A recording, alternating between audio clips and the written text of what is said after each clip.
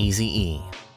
Straight Outta Compton was a hit and a modern classic, but it also drew heavy criticism, especially for how it portrayed Eazy-E. One of the most emotionally manipulative scenes shows Eazy tearing up in his car as he drives past a billboard of Dr. Dre's The Chronic. The message is clear: Eazy is broke, washed up, and heartbroken by Dre's success. That single scene perfectly captures everything wrong with how the film handled the final stretch of Eazy's life. Like, I don't even know what I'm doing no more. I don't know where the money going. Jerry Heller, Eazy's longtime manager, didn't hold back. Eazy was a hard dude. Of course, he would never cry. The scene felt like a hit job, especially since Dre and Ice Cube were producers on the movie. They helped shape how the world would remember Eazy, and with him being gone, he couldn't defend himself. They even showed him bagging up weed like he'd fallen back to drug dealing just to get by. That scene had everyone who really knew Eazy heated. He looked like he was broke, he bought weed and all this shit, he was finna start slanging. All that shit was Lil Eazy made it clear. They portrayed his dad like he was struggling, but the truth was the complete opposite. He was living in the biggest mansion of his career, he said. He was carrying the weight of Ruthless with his platinum albums. BG Knockout, who was close to him at the time, shut down the broke narrative too. The whole scene of Eazy falling on hard times after NWA disbanded, that was a complete lie. Eazy had a stock bank account and multiple nice houses. He reminded people that Eazy had hundreds of millions of dollars come through Ruthless Records. Not only that, he had the #1 group in the country with Bone Thugs and Harmony. His company was worth hundreds of millions of dollars. His bank account was still flooded. He had Bone, he had the #1 group, you know what I'm saying? The #1 album, like, he had multiple houses, man. Like, Eazy, his one house, I promise you, like, if you were to walk in his house, you would feel some type of way how beautiful that was. That's another major part of Eazy's legacy that Straight Outta Compton completely left out: discovering and launching Bone Thugs. Their album, East 1999 Eternal, dropped just a few months after Eazy's death and debuted at #1, selling 307,000 copies in its first week. It eventually went 4 times platinum. Crazy Bone remembered those last years vividly. The last 2 years of his life, Eazy-E was smoking hot. Even though he was sick, he was happy as hell. He knew we were about to ride. At the time Eazy died in 1995, his net worth was estimated between $8 million and $35 million. Some said as much as $50 million. Ruthless Records alone was reportedly pulling in $10 million a month at one point. And here's the kicker: Eazy still made money off Dre after Dre left.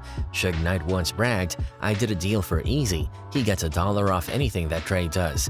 Meaning if Dre dropped a beat, did a commercial, produced anything, Eazy got paid. Even Eazy himself said it in real G's.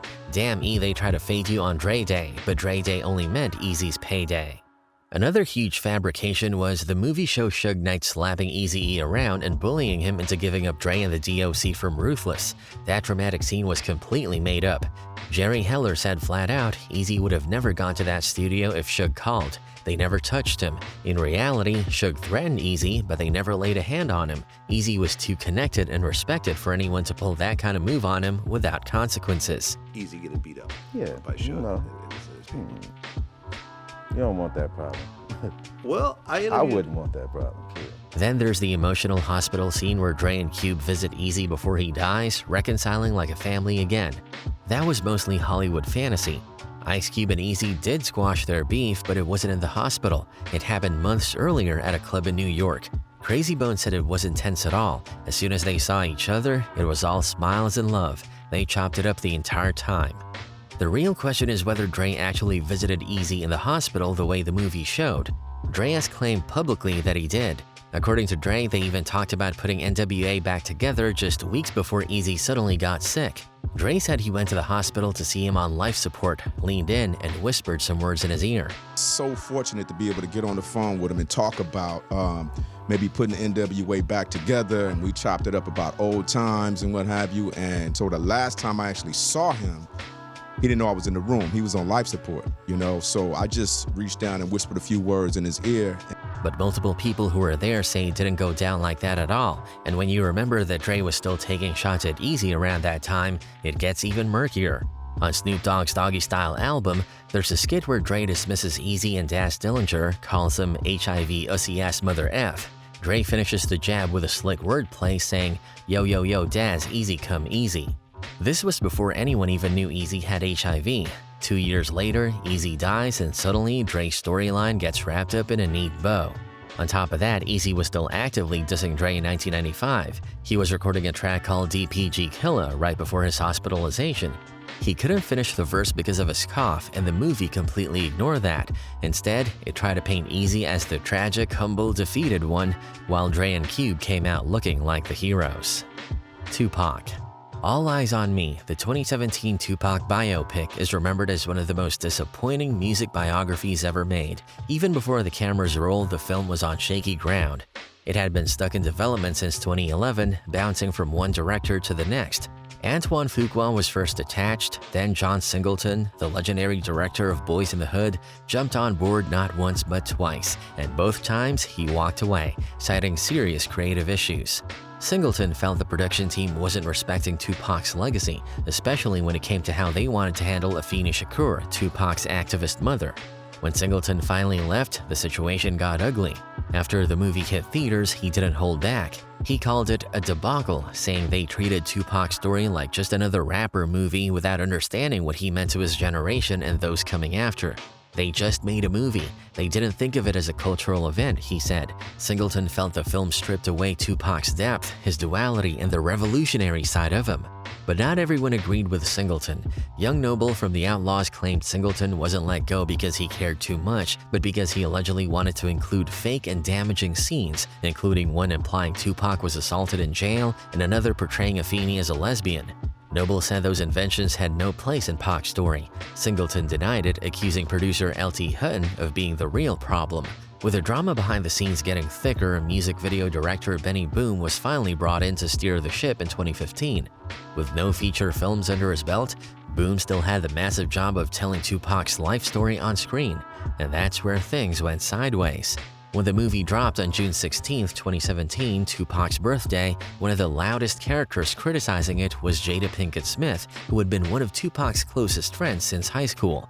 Jada didn't just dislike the movie, she dismantled it, scene by scene. One of the most emotional moments in the movie shows young Tupac reading a heartfelt poem to Jada before he leaves for LA.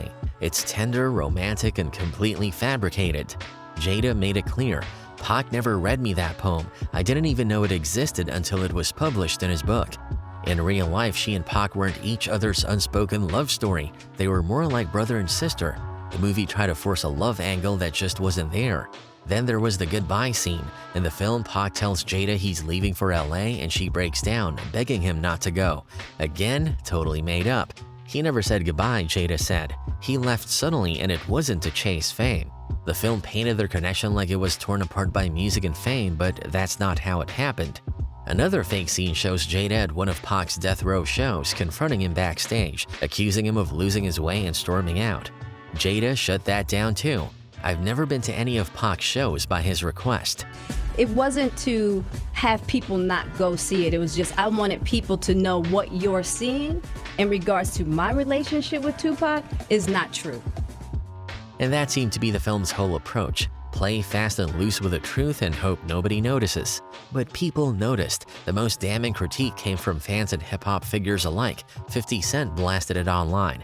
Man, I'll watch the Tupac film, that was some BS. Catch that ish on a fire stick, SMH trash. He didn't hold back on the disappointment, especially when comparing it to Straight Outta Compton. Tupac is supposed to be a classic, he said. They effed it up. Even the death scene was mishandled. The movie recreated the Las Vegas shooting scene with some accuracy, the BMW, the location, but it still came off hollow. Instead of capturing the fear, the chaos, the heartbreak, the scene felt rushed and sloppy. At one point, you can literally see the actor playing Tupac with an iPhone in his lap, and the timing of the shooting was off, happening mid-conversation instead of the actual moment when a car pulled up beside them. It felt careless, almost like they were in a hurry to get it over with. And that's the vibe the whole movie gave. Rushed, shallow, oversimplified. They sanded down Tupac's rough edges. They ignored his deep flaws, his paranoia, his anger, his contradictions, and turned him into a one-dimensional hero. That robbed the audiences of who Tupac really was, a genius, a fighter, but also a deeply flawed young man pulled between two worlds. The way they handled the SA case was also seen as insensitive, glossing over complex and painful details instead of treating it with nuance. and they used a clumsy interview device to explain Pac's life, making the storytelling feel like a forced lecture instead of living history. They even marketed the film like it was going to reveal never-before-told stories about Pac, but there was nothing new here.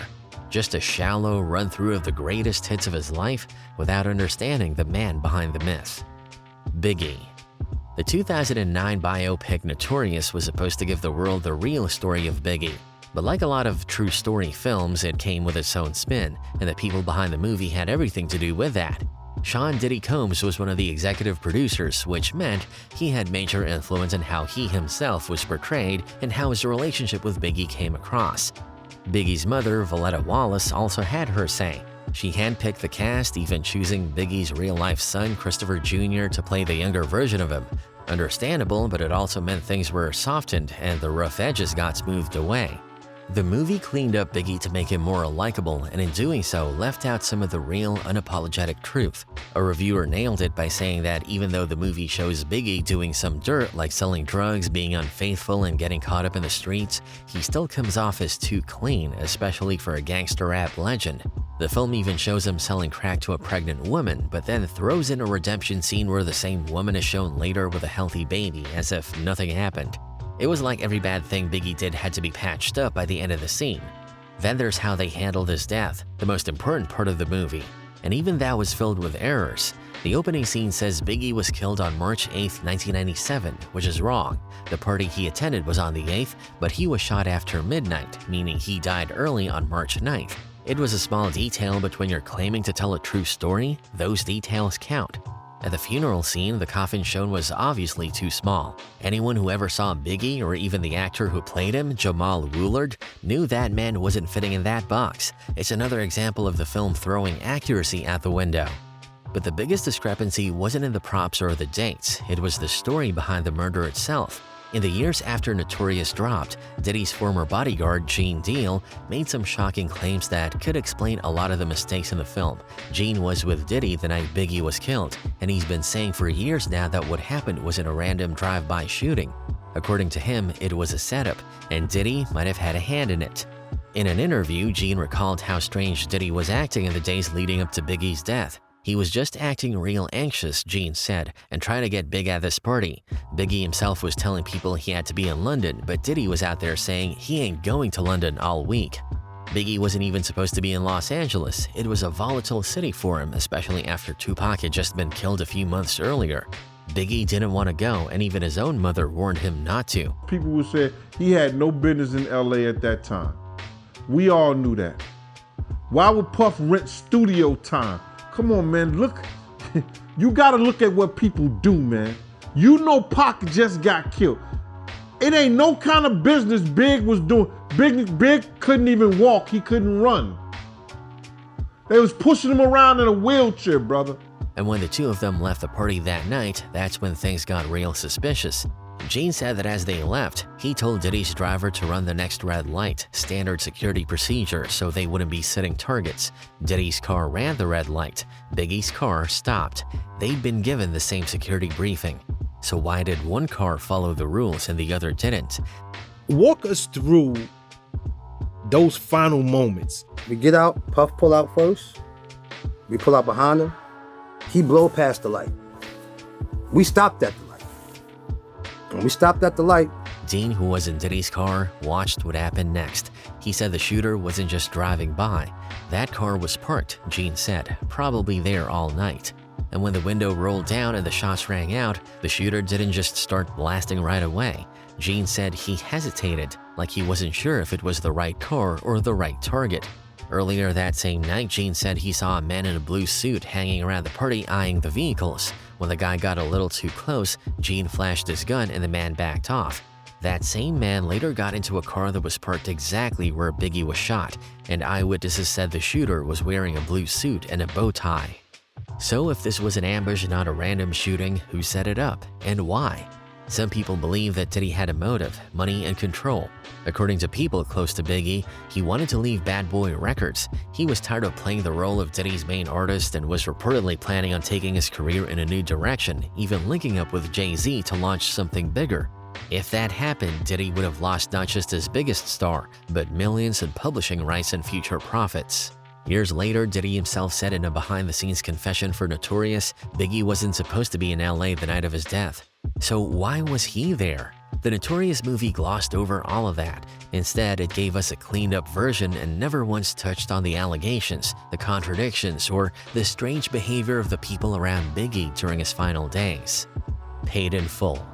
It's one of those rare hood classics that people still swear by for its authenticity, but for all its praise, the movie leaves out one of the most explosive truths in its own story. It falsely portrays AZ Faison, the real-life Ace, as a snitch. In the film, Ace is cornered by the feds, facing a long prison sentence and ends up wired up, betraying his associates to bring down the empire. That scene might have played well for storytelling, but according to AZ Faison himself, that never happened. At the end of the film, why do you make it look like I was wearing a wire and told on Alpha?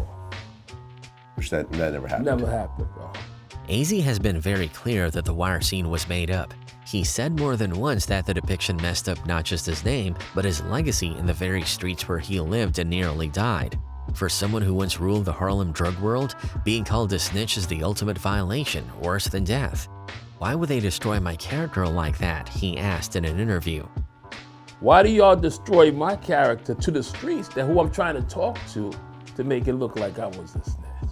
So, why include it? Wood Harris, who played Ace, explained in an interview that it was just convenient for the movie, a quick way to tie up all the storylines and wrap things up in 2 hours. He also revealed that AZ had actually written a 300-page version of his life story, full of raw details and real events, but it was too long and too graphic for Hollywood, so the team had to pick and choose what made it into the final cut, and somehow that wire scene stayed in even though it never happened. He has a 300-page version of that has all the gory, literally the gory detail that could never be in a rated R movie, Yeah. So we had to pick and choose the elements of that story. Director Charles Stone III and writer Tulani Davis later defended the choice, saying it was necessary to condense and dramatize a complex story. But that excuse just doesn't land, especially when the real man the movie is based on was still alive, willing to talk, and had been publicly saying for years that the film tarnished his name. And then there's Alpo, which many have called the biggest whitewash of the whole film. Cameron's portrayal of Rico, based on Alpo Martinez, is one of the most entertaining parts of Paid in Full. Rico is flashy, violent, unpredictable, and full of quotable lines. He steals every scene he's in. But the real Alpo was way darker, way more dangerous, and a straight-up terror in Harlem. People who knew him said that he didn't just run the streets, he bullied them, robbing, killing, and extorting anyone he felt like. All that charm the movie gave him was the Hollywood sauce. Alpo confessed to 14 murders. The movie only really dives into one, his betrayal and killing of Rich Porter. But even that scene is softened. Alpo later said in an interview that he killed Rich over a simple lie about drug prices. I was asking him like, yo, Rich, where did you get that coat from, man? That was good, because I wanted to make him comfortable. That shit was good as He's like, I got it from my connect. So from there, I knew he was lying. I turned to my little man. I gave him the nod. Once I gave him the nod, my little man spent, because he was short so he could stand up in the van. Next thing you heard was the 2 gunshots, bang, bang. And here's the kicker. Alpo was the real snitch, not Ace. When he got caught up on a possible life sentence, Alpo flipped. He worked with the government and testified against his own people to get his sentence reduced. He basically sent a bunch of guys to prison just to save himself. In the streets, that's the ultimate betrayal. But the film glossed over that completely and made Ace the one wearing the wire. Also behind the scenes, Paid in Full had significant production conflicts over how authentic the film should be. Damon Dash, who produced Paid in Full, was there to keep things real. He was even called the reality police because he kept pushing back against anything he felt didn't match the vibe of the 80s Harlem dope game. But he also got into creative clashes with the director. Dash wanted certain songs like Phil Collins and other top 40 hits to play because that's what was actually bumping in Harlem back then. The director wanted more traditional hip-hop, and the back and forth made it clear they didn't always see eye to eye when it came to authenticity. Somewhere in all those clashes, all those rewrites, someone decided to add in a snitch scene for Ace. Not because it was true, but because it was cinematic. Lamar Silas. In the early seasons of the BMF or Black Mafia Family series, one character stood out as the show's most unhinged and terrifying presence, Lamar Silas.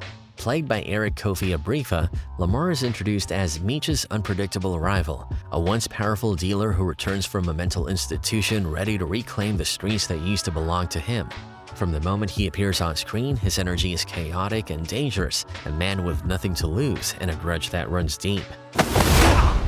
When you see Duke, you tell him that Lamar Silas is back in town. The show paints him as a walking nightmare, someone who doesn't just break the street code but completely disregards it. Kidnappings, torture, random outbursts of rage, Lamar's violence feels personal and theatrical. His eerie ritual of singing "You Can't Stop the Rain" before killing someone turned him into one of TV's most chilling villains, a kind of hood legend reborn as a horror character.